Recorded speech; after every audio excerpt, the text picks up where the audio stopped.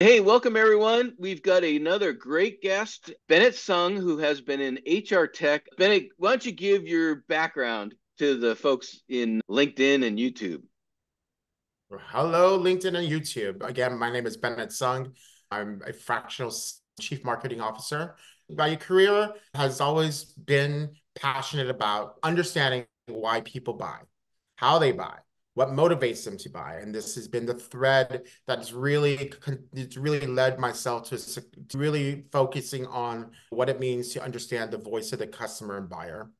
I've spent my days at a variety of technology shops, but it actually got started in the agency world in Honolulu, Hawaii. I grounded myself in the software space, still in HR, Yep. never wavered on the HR, just kept going, and have been in the HR work tech, recruiting tech, looking at very specific soft skills, which is now a hot topic of today. Yep. And We'll, then we'll talk now about that one in a couple minutes too. About that one.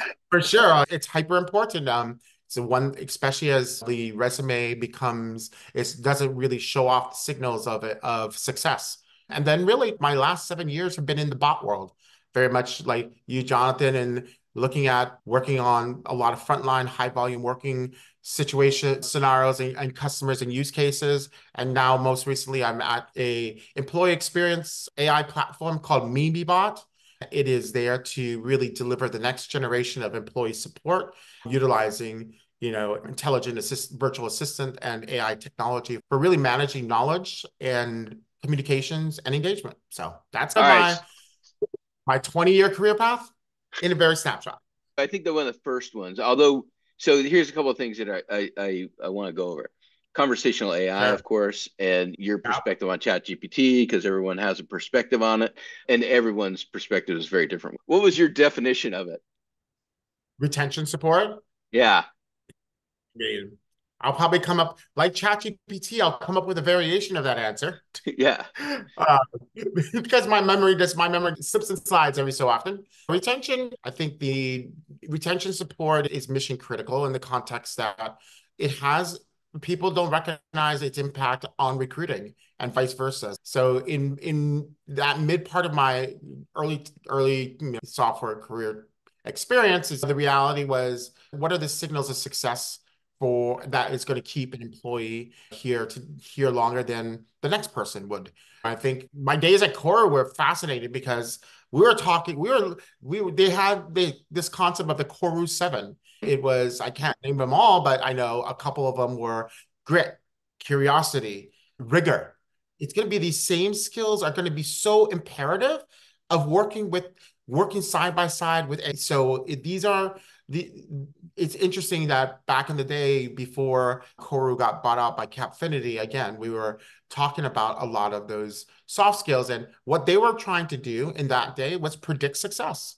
And so, yeah, like one of the studies that I did and co-authored with Koru and the American Association of Independent Sales Professionals, AAISP. I think they're still around. They may have changed their name. But we did a whole study about what's the difference between a business development rep and an account executive.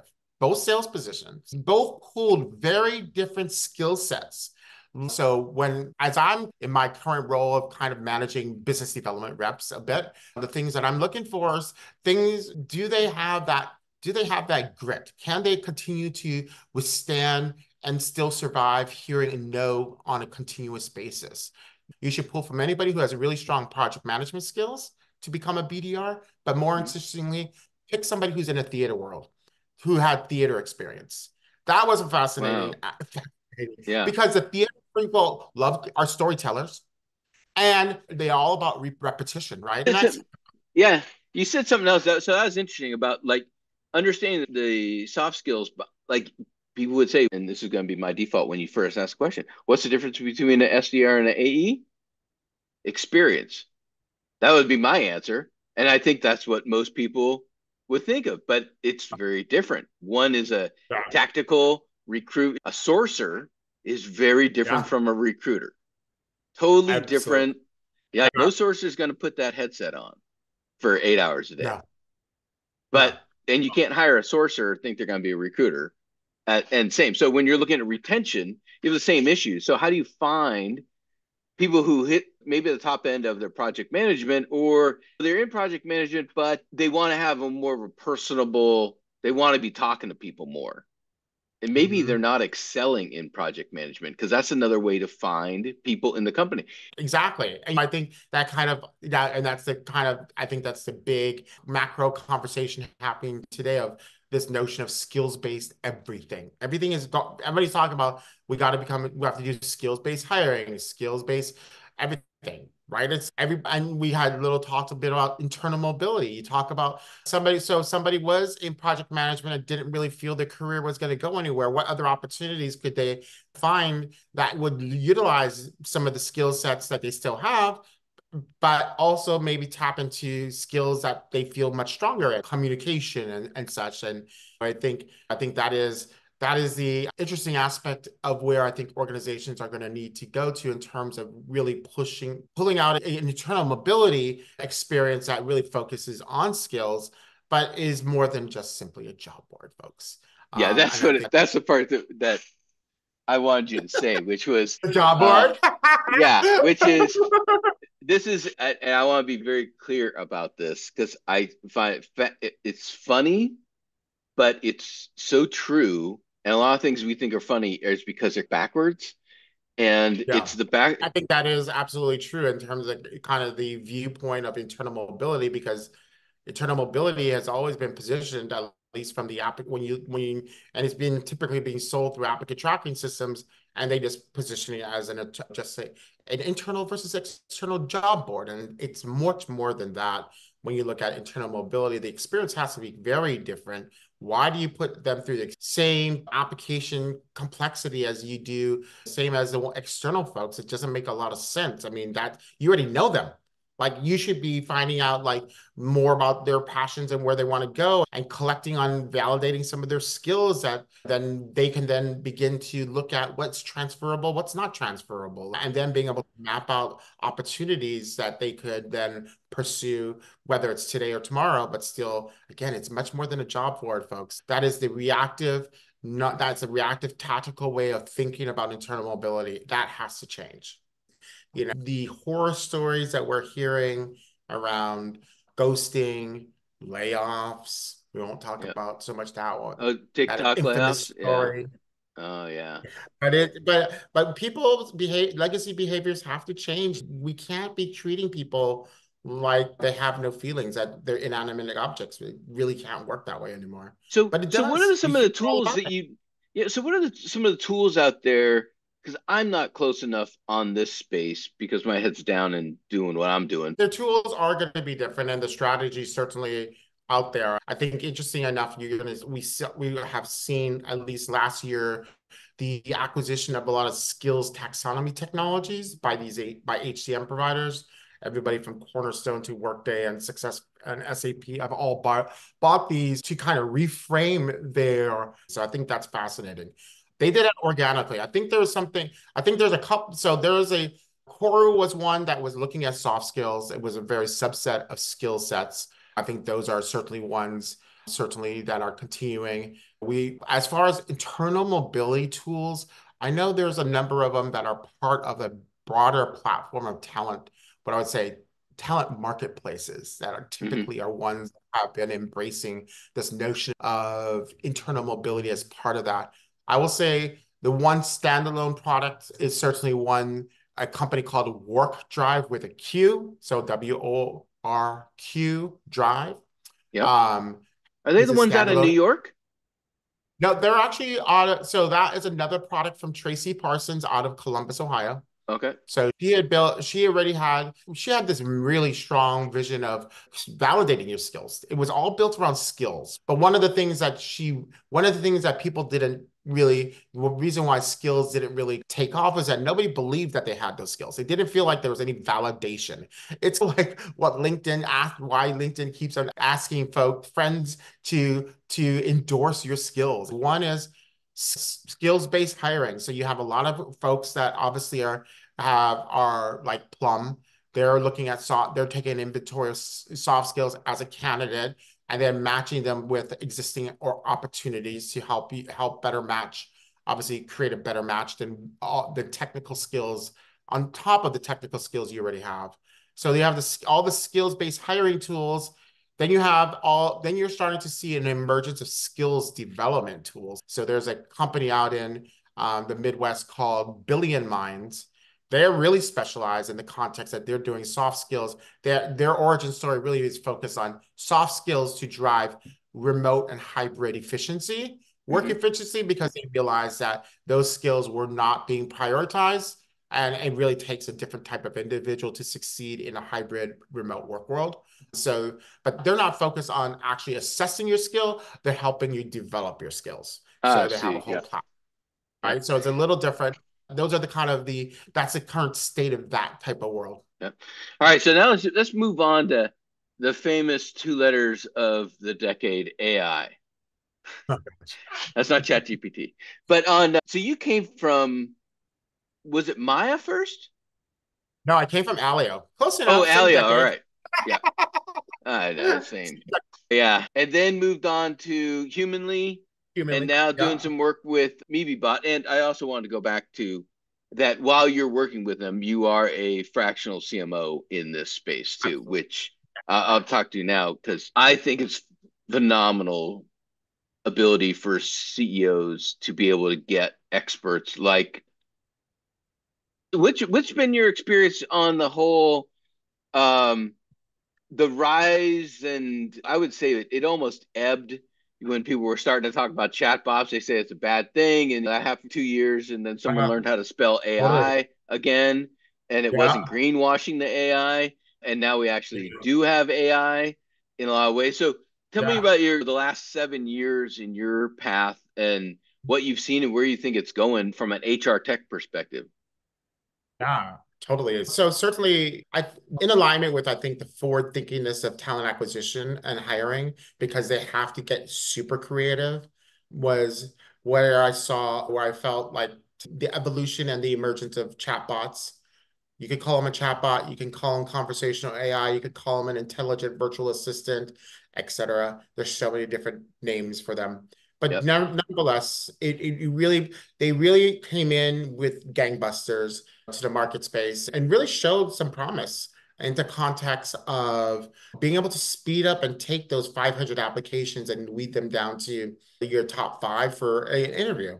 That's the nature of your typical conversational user experience, right? It's not the AI, but it's being trained on understanding the language, what these words mean, and how to respond back to them in the same capacity. So Yep. it started to take a hit, and then for some reason or another, here comes many years down the road in recruiting again. Recruiting had some really great success. So I was always like, I was always scratching my head. Why doesn't more companies use this chatbot for recruiting purposes and such? Yeah, I'm blown away from my experience. Why staffing firms don't have chatbots on their homepage, Yeah. number one. And then I even talked to somebody who is a client of a competitor. And I said, how much money did your chatbot bring in last month?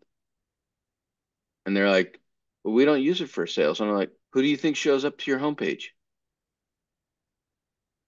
Oh, clients do. I'm like, yeah, you bought a recruiting chatbot that only does recruiting. Yeah. You see the problem? So Mhm. we built chatbots for staffing that handle both sides, Yeah, your totally. sales, your support, and your potential hires. They don't want to get on the phone. They just want to get a call back or That's all. they want an answer. They want to answer that minute. Yeah. I Yeah. mean, it's fascinating. I think you bring up a great point there in terms of what folks need to know about conversational AI. They are all trained on very specialized skill sets. Yeah. That's the question you have to ask first. What skill sets is your bot trained on? Or ask them, can you give me a job description of that chatbot, please? Because, of course, a lot of folks will know how to read a job description and such. And that's where you're going to find out, oh, this one is only for recruiting. Oh, this one is for customer support. Oh, this one is for lead generation, business development, lead generation, and such. And the reality, again, the skills that they're trained on are very specialized. So, Yeah. and I think that is the one thing I will say that is fascinating is that because it's all fragmented like that, there are very few, unless it's fully developed by the organization, that I feel there's a singular chatbot that can do all those skills. So, Yep. and I say the same for that is on your hourly side. That's where like what we do with ah, texting and SMS. ah, That's that side. And if you're talking to desk workers, you got to be in Slack. You got to be in Teams. You got to ah, be. Those are the tools, and that's what's so ah. interesting. Because you brought up first is, oh, hey, you got to be in Slack or Teams, and I'm like, and if you have hourly workers that are working in a manufacturing plant or truck drivers, they ain't on Teams and they ain't in email. So No, you're right. So my question for you, because you have a ton of experience, what is the DNA profile or the day in the life of a frontline worker, let's say in manufacturing? How are they getting recruited into that organization? Because that's your specialty. And what do you know about how do they stay in communication with folks in the organization to get updates on the company or anything else that they need updating on? yeah, you know how things move really slow in some industries? Let's Yeah. just say this is one of them. Really? Yeah, here's how most people find out about their benefits. Um, they get an email that they never read because it's sent to their Hotmail account that they've never used. There are posters being printed up by the clocks with reminders. You got to be on SMS or WhatsApp or Messenger or whatever platform you're trying to communicate on because the papers sign up with possibly a QR code that goes to a website that's not mobile optimized is not going to work. Yeah, for It sure. just doesn't. So Doesn't. we've been able to do by flipping that kind of script, if you will, by using the channel of choice. It's not that hard, but you can pick up the phone. And what if five people are trying to do it? And that if you call HR, if HR is there at 7, which they're not, then at 8, when the guy's late for the shift, all none of that information. It's just you're waiting on humans to do something that the computer can do much faster, and the user experience is way better. Exactly. No, and I think that's the story of I think what I'm hoping is that is the realization that there's different channel fits, like form fits, Yep. different channel fits that are needed to apply for the different kinds of workforces that you're supporting. And you're right, not everybody is behind the desk with email addresses. Most of the workforce, I think, what was the stat saw? It was like 80 million of the workforce in America is frontline worker. Yeah, it's supposed to be like something like I saw somebody's stats that were totally off, and I'm like, yeah, I'm gonna kick you on that one. But it's about 60%. For sure. No, Yeah, it's pretty fascinating the different stages of companies and their kind of their desire their as I'm always trying to find out what is an organization's AI readiness? That is my yeah. big for this year, that's my 2024 question. What is your organization's AI readiness? Because that is, I think everybody's talking about it, but are you even close? Like, where do you stand? First of all, what is readiness, and where do you stand in that readiness curve in terms of that? Because the noise factor of so many different concepts of AI, whether it's ethics, whether it is hallucinations. Ask your solution providers a question about the human in the loop. It's for real. It's not just a buzzword. Is there a human in the loop to check to check the answers before we allow them to be delivered back to whomever has requested it. Yeah. And if you use a generative AI tool that doesn't pick up on that and doesn't have the guardrails to understand how to formulate the answer, what to look for, you're going to get an answer, first of all, that is different every single time, which is fine, as long as the essence of the answer still remains the same. But And the facts are and the facts 100% still correct. retain. Facts are still correct. Yeah. Exactly. But that's a huge risk. We saw that. We talked a little bit in that green room about the Air Canada case.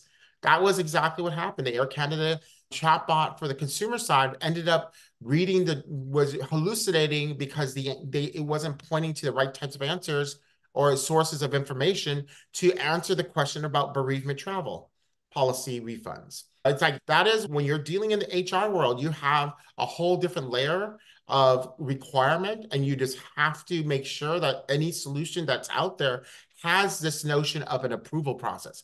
You, as a content expert, need to be able to have visibility into the answer before it's ever shared. Yeah. That's the golden, that's going to be the important part of evaluating the HR side of conversational AI because it is all about accuracy and compliance. That's it. Yep. Very Yep. fundamental. It will retain the speed and all that other great stuff, but if you don't nail the compliance side, you really are setting yourself up for a huge amount of embarrassment. Yeah, and I think that it's an important part because no vendor is going to tell you about that at all, Yeah. ever. Yeah. So having implemented this stuff at Wells Fargo, Yeah. having doing it, and that's all financial, you can't screw that up. Everything's regulated. Then going and doing the live chat and chatbots for Kaiser Permanente. Again, 12.5 million members. You can't screw that up, and it's tied Yeah. into your enterprise stuff. So, and Yeah. everything is recorded. You have those are, I think, why HR is going to be a little bit slower to adopt, Yeah. regardless of hallucination sets. It's going to be that maintenance piece on making sure that the answers are Accurate. accurate. Yeah, Yeah. I gotta get rolling though. I got a Now, same couple here. projects coming up. Thank you so much, Thank Bennett. you, How do John. people find you? You can find me very simply with my pink hair on LinkedIn. It's linkedin.com/in/Bennett, Bennet, Sung, Sung. That's how All you one can, word, Bennett Sung, all one, all or one word. all Yeah. slammed together. All right. Slam Awesome. together. Thanks so much, Bennett. Okay. Have a great one. Thank you. Appreciate Okay, bye it. bye. Bye.